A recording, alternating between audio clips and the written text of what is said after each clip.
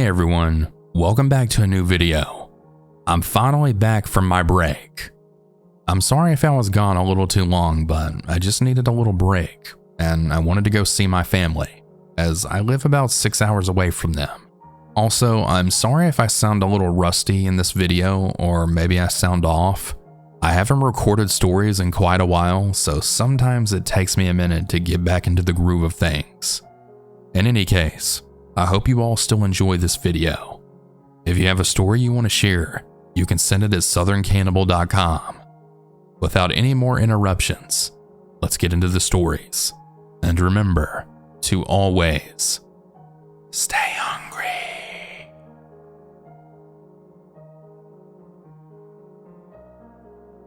My story takes place a long time ago, when I was around 10 or 11 years old.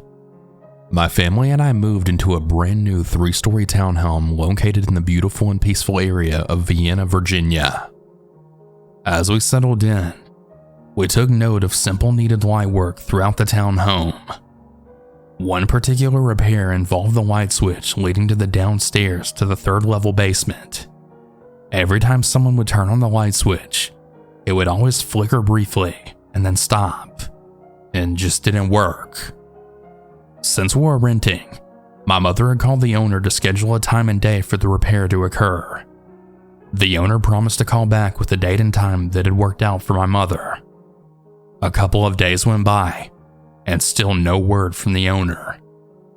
One day I became sick with a cold, and I had a sore throat, which then culminated in me staying home from school for the following day. I had put up a good fight of insisting that I was okay and that I could tolerate being in school. But in the end, I had to stay home. My father left the house first, then my mother, who first drove my 3 siblings to school before she too went to work. Being home alone was normal for me and my siblings. Back then, this was pretty typical for kids in my generation, which was during the 70s and 80s. Even though my family and I lived in the nicer neighborhoods, while growing up, my siblings and I were trained to all check the windows and doors several times throughout the day whenever we did stay home alone. Once everyone departed from our home, like clockwork, I'd perform my safety checks. Everything was secured. Mission accomplished. I then turned my attention towards the kitchen to go get some breakfast. After that, I did the typical self-entertaining activities. I played with my Barbies, watched some TV, and I played with some of my other toys as well. When I grew tired and sleepy, I rested on some padded bedding with my favorite blankets on the living room floor, which was directly in front of the fireplace on the middle level of the townhome. That way I could hear the kitchen phone for whenever my mother called to check on me. Now, in case you were wondering, the fireplace was not in use, and the reason for me sleeping on the floor was because, well, our furniture from the movers was delayed, and it hadn't gotten delivered yet. When we moved, we really only took the essentials, and it really wasn't that bad sleeping on the floor. We had wall-to-wall thick brown shag carpeting throughout the townhome, except for the basement, laundry room, foyer, guest bath, kitchen, hallways, and the bathrooms. But I digress. Anyways, back to the story. I had fallen asleep at some point. I don't know how long I slept when I was then awakened by the distant sound of the doorbell. I was then awoken from my deep sleep, and I was a bit disoriented at first. I finally realized that someone was at the door. I kinda just froze, and I stayed where I was at. I just listened. I didn't make a sound. I heard 2 men's voices. I assumed after a minute or two that they would just go away and that there would be no need to call my mother at work and let her know what was happening. I was wrong. So wrong. They weren't going away. Then, the knocks on the door began with intermittent doorbell ringing. I was nervous and scared, and I didn't dare to move. If I did, they would see me through the window on the side of the front door. And if I tried to approach the kitchen, once there I would have to open the kitchen door in order to get to the phone. I didn't want to chance it, so I decided to stay put. The persistence continued, and I didn't know what to do. My stress level increased by tenfold. I laid back down in the fetal position, and I covered myself entirely with my blanket, hoping and praying that it would stop. I just kept telling myself that they would go away eventually. As I laid there, the persistence started to fade. My prayers were answered.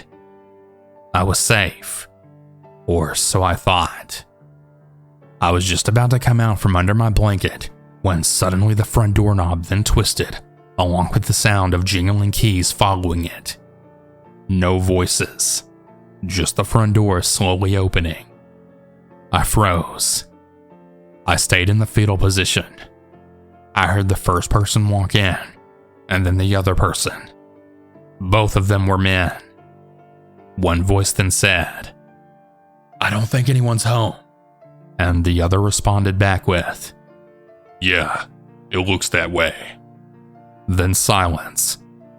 I held my breath and didn't dare to move. Thoughts quickly started running through my mind. Maybe they're here to rob us.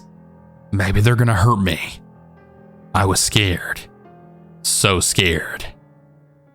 I dared not cry for fear that they would have heard me. I was just a little girl, and I'd be completely powerless against them if they had any ill will. I just listened as they opened the kitchen door, then walked in. Then, they stood in front of the stairs. One set leading up to the 3rd level, and the other set leading downstairs to the basement. Since none of the furniture was present, they inquired if anyone lived here through conversation amongst themselves. I began to pray to myself, and I tried not to cry. They couldn't see me from where they stood. They were so close to me. Only several feet separated us, and they didn't know it. I was literally cornered. I felt so helpless. Then, both men headed towards the stairs leading down to the basement. I heard the first man begin his descent, but then the other man turned, and he suddenly started walking towards my way. I laid perfectly still, not breathing, and I pretended to be asleep under my blanket with my backside facing him. I could feel him staring at me, knowing that someone was under the blanket as he stood there. He cleared his throat, then sang, Hey, are you awake?" I didn't respond, just pretending to be asleep. He said it again, this time a little louder. This caused the other man to come back upstairs. I stirred, pretending to wake up. I slowly came out from under my blanket, and I turned to face the men now standing together.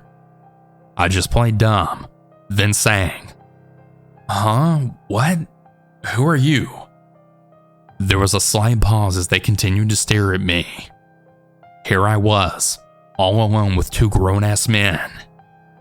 I was totally shitting bricks inside, trying to think of a way out of this, while still trying to portray a poker face at the same time, as I then looked from one man and then to the other.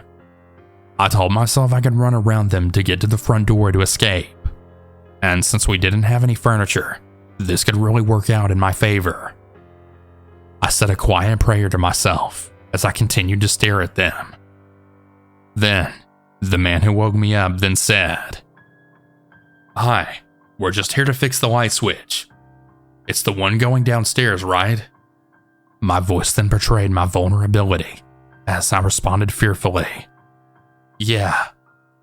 The same man again spoke. "Okay, we'll take care of it right now. We didn't mean to wake you up. You can go back to sleep." They then turned to focus on the task at hand as they proceeded downstairs. With a big exhale, the sigh of relief started to leave me. Yet I remained vigilant as I stayed on my bedding, being very quiet until they finally finished after about 15 to 20 minutes.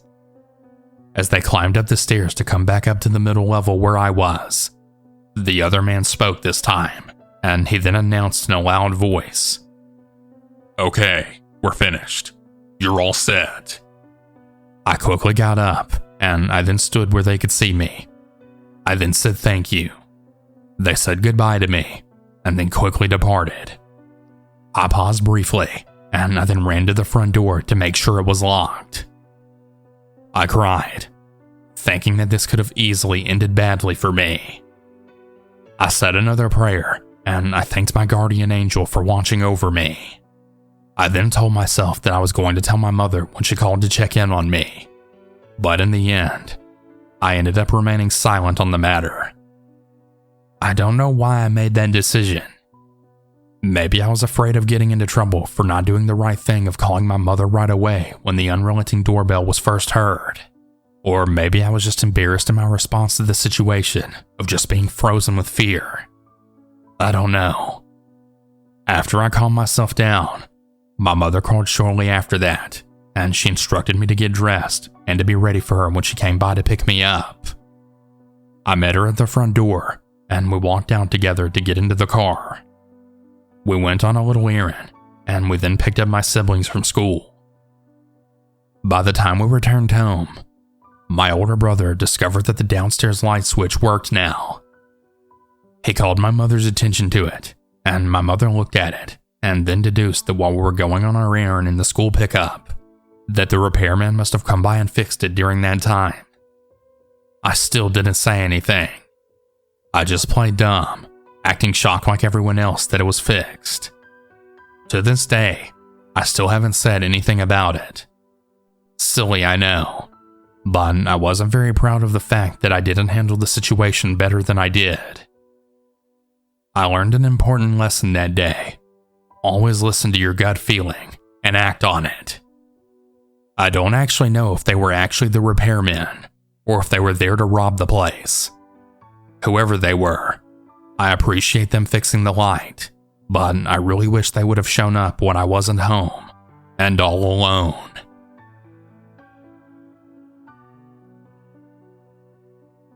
The story takes place when I was around 16 years old. We were on a school break, so my best friend Maggie was staying over. My parents were at work, and my little brother was at daycare. I'm going to describe the layout of my house for context. I lived in a 2-story log cabin that sat far off the road, and it wasn't visible to passing cars, and there were thick woods on either side of it. There was a porch that stretched the length of the front of the house. There was a large wooden door in the middle with narrow windows on either side. When you walked through the front door, the living room was to your left, and the parlor and stairs were to the right. Straight ahead at the end of the breezeway was the kitchen, and from this view, you could see out the window and the back door. There was a bathroom from the living room which was also connected to the laundry room. My room was upstairs above the parlor. On the day this all happened, Maggie and I were working through a list of tasks that my dad gave us. He told us if we completed everything on the list, he would give us some money so that we could go out that weekend. I was upstairs in my room cleaning, while Maggie was in the downstairs bathroom cleaning. It was a really nice day outside, so I had my windows open. All of a sudden, I heard the crunching of leaves outside right below my window. I glanced out the window, and I saw a tall, skinny white man walking towards the back of my house. This didn't alarm me at first, because I just assumed it was the man from the electric company that reads the meter, as the meter's on that side of the house. I decided to go downstairs and check for the electric company truck just to make sure. I went downstairs, and as I reached the bottom step, Maggie came through the living room door. She told me that she saw a man in a camo jacket walking around the side of the house where she had been cleaning at. Then I told her what I had seen as well. I went to look out the window beside the front door, and there was no vehicle in sight, so it couldn't be the meter reader. I turned back towards Maggie, and she was staring down the breezeway to the back door.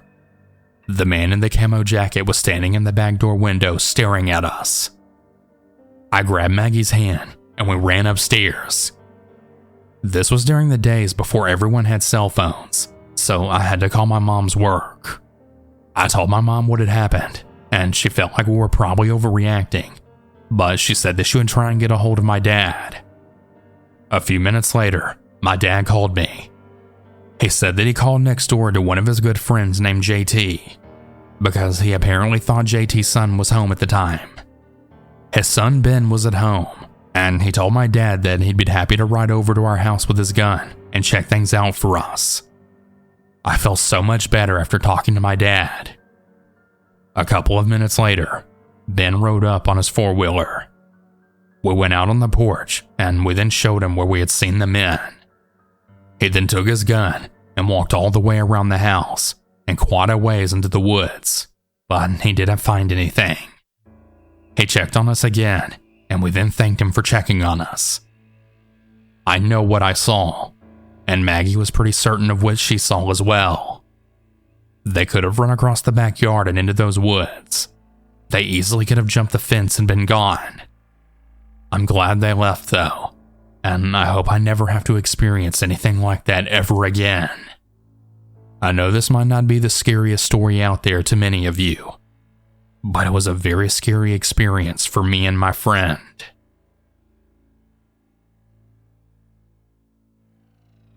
Hey everyone, I'm a 28-year-old female now, and at the time this happened almost 6 to 7 years ago. I had spent the night at my boyfriend's now husband's house, and his mom went out of town, and we were waiting for his brother to come home, so we kept the door unlocked. It was around 11 to 12 during the fall time, and it was somewhat dark enough for the streetlight to be on. We had moved our bed out into the living room, because why not? There was a big TV to play our video games on. Our backs were turned to the door, and we had heard a car pull up, and we heard just one door shut, but the vehicle still on sounded like a big truck. We didn't really think anything of it because at the time my brother-in-law was getting rides from friends because he was saving up money for a car, so we never knew what kind of car would pick him up. We then heard footsteps on the porch, and then the doorknob slowly turning, and at the same time, our two dogs who are a lab husky mix then growl at the door. We had noticed the light from the streetlight, and then we heard the door slam.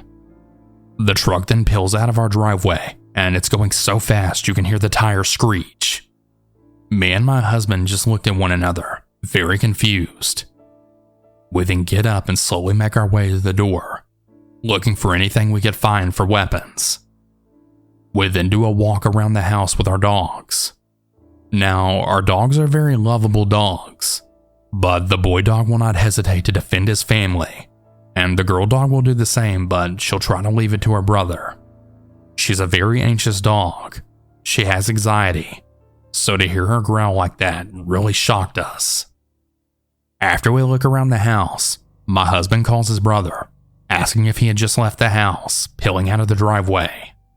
He then replied back with, "No man, I'm still at work.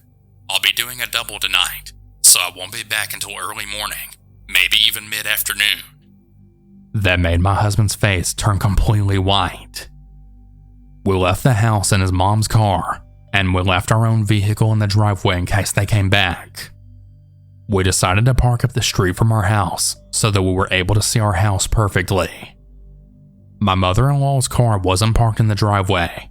It never really is, as she always parked away from the house, so these people would have no idea what her car looks like. A few hours go by, and we're still in the car, looking at the house. We're getting pretty tired at this point. Our dogs are also restless from being in the car for so long. We figured it would be okay now to go back home since those people never came back. We then leave my husband's mom's car where we parked it at, and we walked back. That was honestly the longest walk of our lives. We're so tired at this point, and we lock everything up. It's 4:30 a.m. now, and we're now awakened to our dogs going absolutely crazy and also foaming at the mouth. Someone's trying to get in the house through the window in the kitchen, and they broke it. When my husband saw this, he ran to the guy full force, and he pushes him out, leaving him to fall on his back and cry out for the others. I heard one trying to bust the back door down, and I then called the cops, letting them know what was going on. I then threw down the phone and I raced to my husband, who had told me quietly to run up to the attic and he tossed me the dogs. I'm now running as I pass the back door, and someone actually got me with a knife across my arm. I actually got a pretty good gash from it. I stopped and looked at him, and I struck him with a kick to the nuts. And as soon as he got down, I then kneed him and ran upstairs. I heard one of my dogs whimpering, and I stop in the hallway, turning around, and it's my girl dog, one of those fuckers that actually stabbed my dog. My husband had the guy who did it in a headlock, and he was hitting him in the face. We had finally heard the sirens from a distance. The cops were here. Feeling confident, I run for the front door, and I kick the guy in the face who struck me with the knife because he was actually still down for me kicking him in the nuts.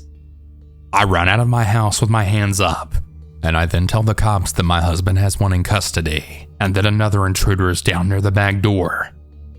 We watch the cops take away the 2 men. The cops seem to believe that this was more than just a 2-man job. My husband got a few cuts and bruises, and I had to get a few stitches. Our dog was also okay, thank God. We still live in that house, and we updated our house with a ton of cameras and much better windows. I know this situation probably sounded like a movie, but it really did happen, and it's still the scariest thing that's ever happened to either of us. Please, everyone, stay safe out there.